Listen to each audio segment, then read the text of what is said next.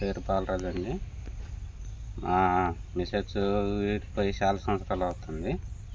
ఇక్కడ కూలి పని చేస్తూ ఏడిపోతుంది.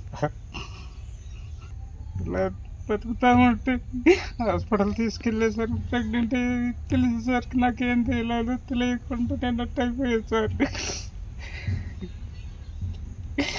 ఎట్టయినా నా కూతురికి న్యాయం కావాలని ప్రభుత్వాన్ని కోరుకుంటున్నాను సార్. మాది ఇక్కడ నడుకుడి పంచాయతీ నడుకుడి గ్రామం సార్. మరి అప్పక మహాలక్ష్మి అనే అమ్మాయి గర్భిణీతో ఉంది సార్.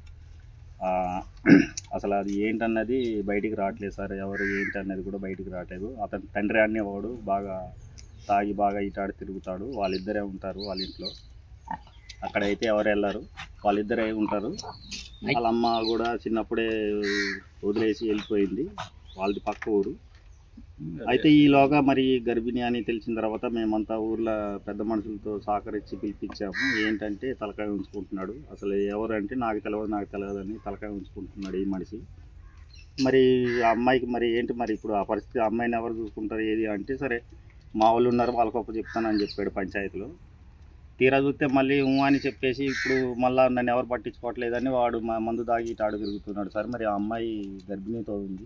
మరి ఆ అమ్మాయి పరిస్థితి కొద్దిగా మరి ప్రభుత్వం వారైనా ఒకసారి ఎంక్వైరీ చేసుకొని చూసుకొని ఆ అమ్మాయికి మరి వాడికి ఇల్లు కూడా లేదు సార్. మరి ఆ అమ్మాయిని కొంచెం ఆదుకోవాలని నా విజ్ఞప్తి.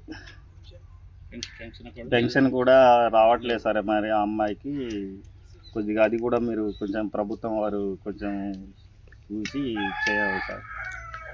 అమ్మాయి ఏంటి, అమ్మాయికి మత్స్యం ఉండదు సార్. అమ్మాయికి మాట కూడా మాట్లాడే పరిస్థితి లేదు. అమ్మాయికి పిచ్చమ్మాయి అనుకోండి. ఇక అమ్మాయి ఇక వాళ్ళ తండ్రితో ఎటు పోతే ఆటే తిరుగుద్ది ఆ అమ్మాయి. ఇక అది మాకు తెలిసినంతవరకు అయితే అది ఆ అమ్మాయి వాళ్ళిద్దరే ఉంటారు, ఇంకెవరు వెళ్ళరు వాళ్ళ ఇంటి కాడ.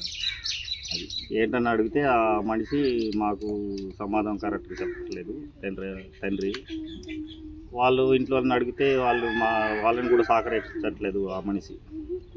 అది మాకు తెలిసింది.